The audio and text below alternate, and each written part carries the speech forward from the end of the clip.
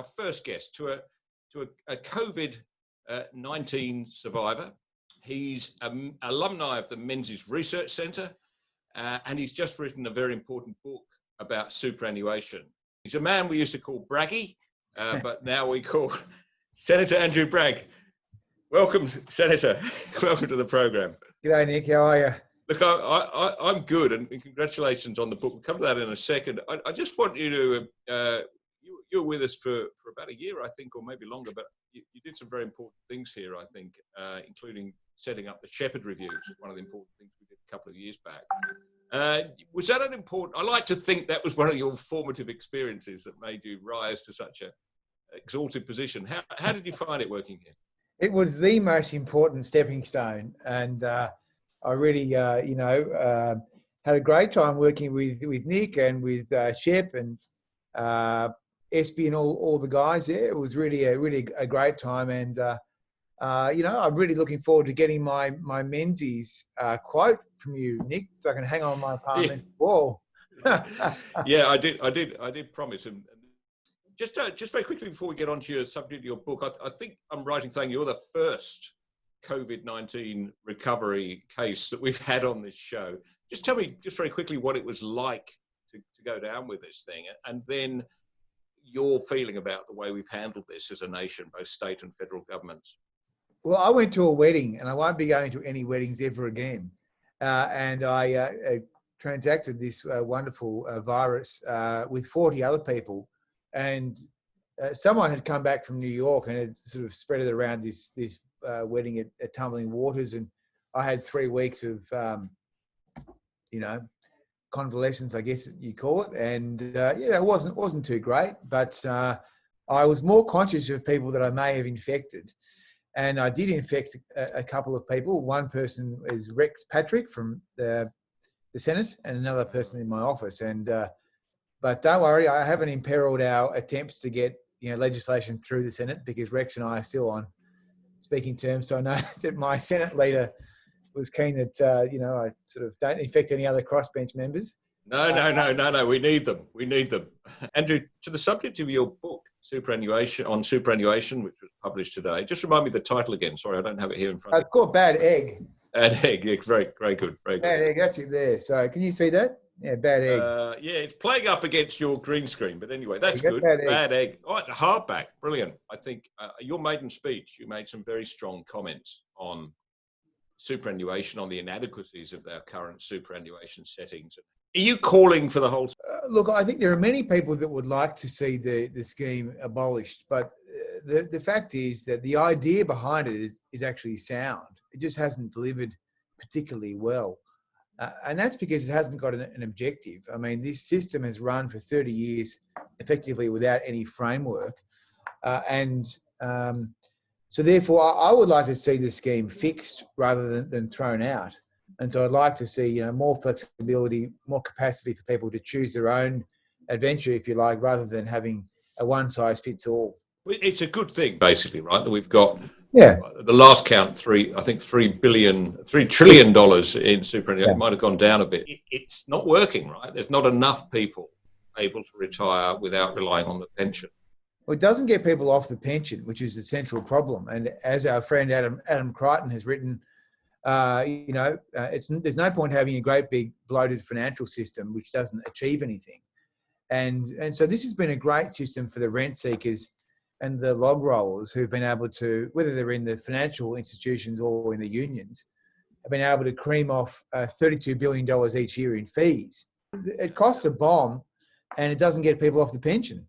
If I was to go to my financial advisor and say, look, what's the most important thing I can do to prepare for retirement? He'd say to me, pay off your house, pay down your mortgage. But what we're seeing, and you probably got the statistics to hand, but there's an increasing number of people now. It's like this growing number who are retiring without having paid off their house, or even worse, still in rental accommodation. Look, if you can only have one thing out of your super or your house, you're much better off with your house. Now, the superannuation industry's answer to every question is more super. But these are the greatest vested interests in the country, right? And their tentacles go everywhere. But it is true to say that since compulsory super started, the home ownership has fallen off a cliff. Now, there is some correlation there. And so I believe that we should allow people to access their super for a first home, because for many lower income people, being forced to send 10% of your salary off to a super fund, it may mean that you never get a deposit together for a home. And if we know anything about retirement, it's that if you have your own home, you're much less likely to come into poverty. I was very pleased when the Treasurer set up this inquiry into retirement savings, that he actually called it that. It was not an inquiry into superannuation, because that means, of course, that it will look at the whole gamut of savings that people have got, bricks and mortar they live in, bricks and mortar that they rent out, to other people, and that's part of their nest egg and other things. Do you think we can get to the point where we can actually consider retirement savings as a whole? So we're not privileging necessarily superannuation. Well, that is the plan that we have as a government, to try and bring everything together under one roof and have a coherent plan. And I'm confident that the people at the Treasury, with some expert advice, will be able to deliver that. And I know that the Treasurer is keen for workers to get a better deal from their super. Now, one thing you raised too is the number of vested interests, the number of people in the superannuation debate who have skin in the game, right?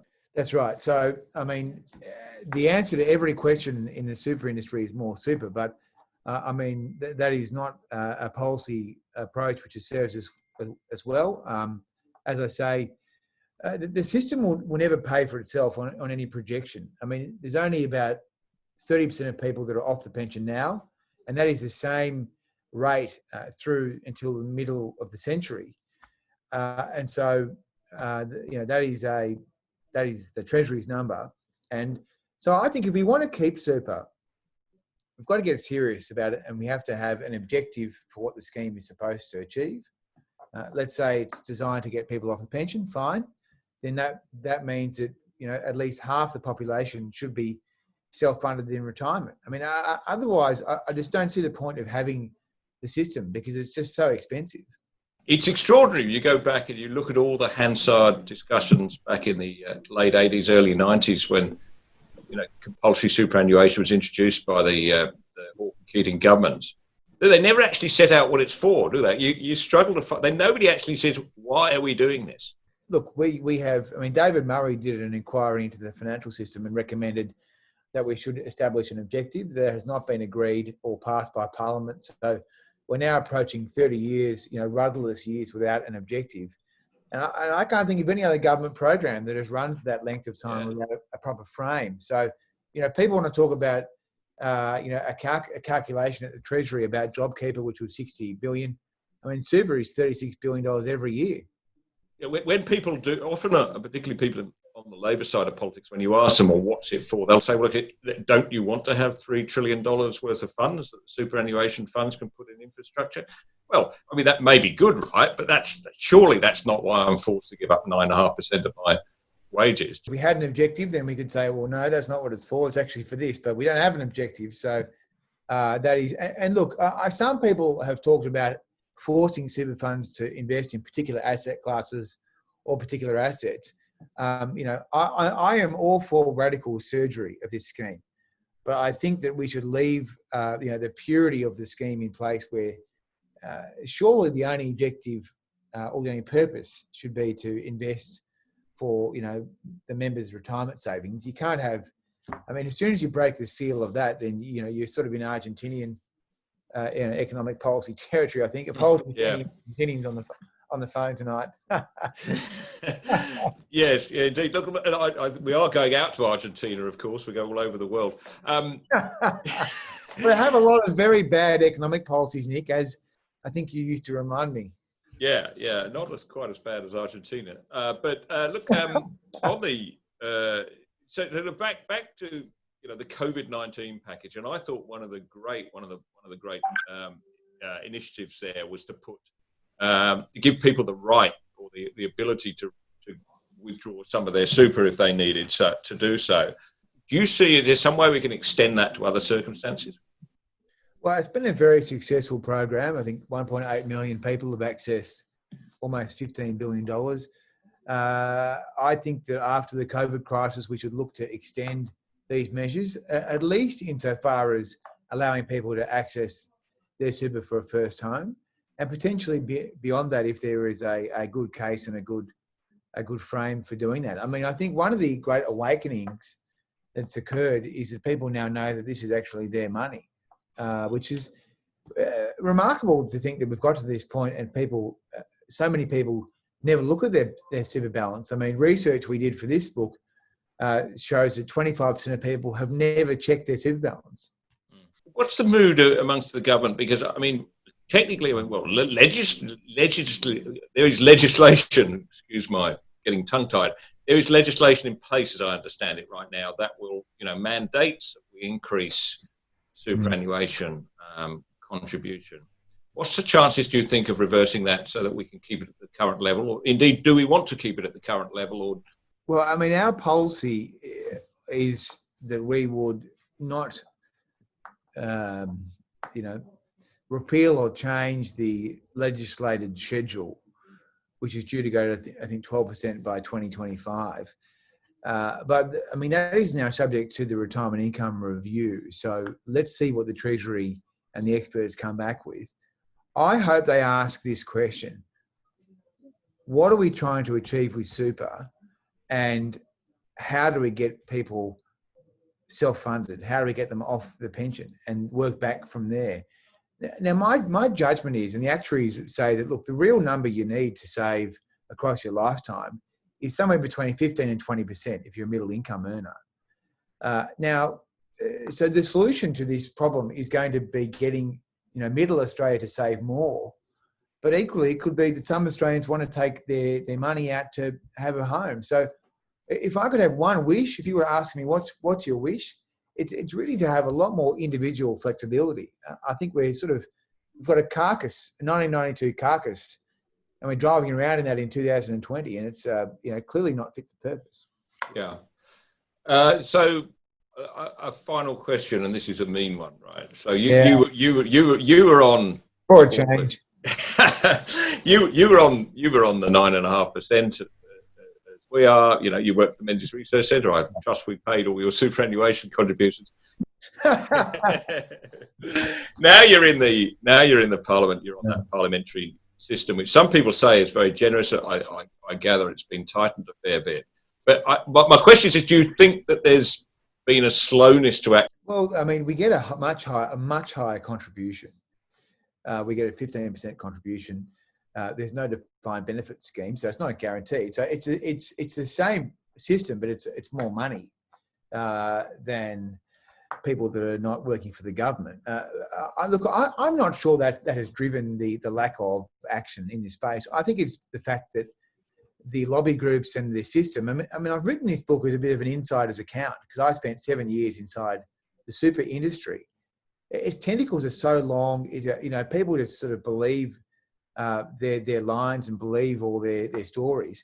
I think that's driven. So there's been a lack of independent analysis. One of the good things that you've done at Menzies and CIS has done, and Grattan and a few other groups, is to put some independent views out there. Because for the first 25 years, it was just the industry saying, well, super is great, we should have more of it. Well, look, Braggy, congratulations. Oh, I slipped up there. Senator Andrew Bragg. Thank you so much for that.